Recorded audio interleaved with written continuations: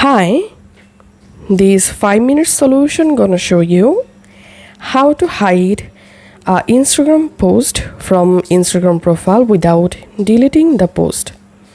Follow these easy steps to learn how to actually hide a post from Instagram profile.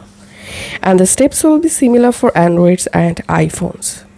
First of all, go to your Instagram profile page and search for the post that you want to hide.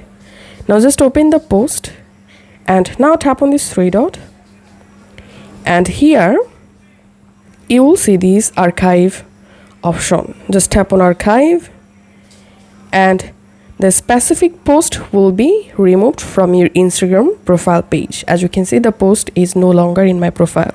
It means this post is successfully hidden.